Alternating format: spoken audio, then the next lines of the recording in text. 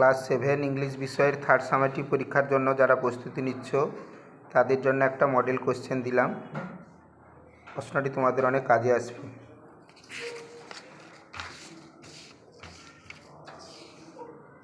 The second page,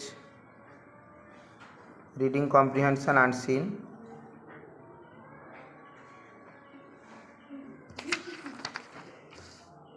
The third page, এখানে grammar রয়েছে এবং রাইটিং দেখতে পাচ্ছ। চারের দাগে write a short biography of রাজা Rammohan Roy using the following points.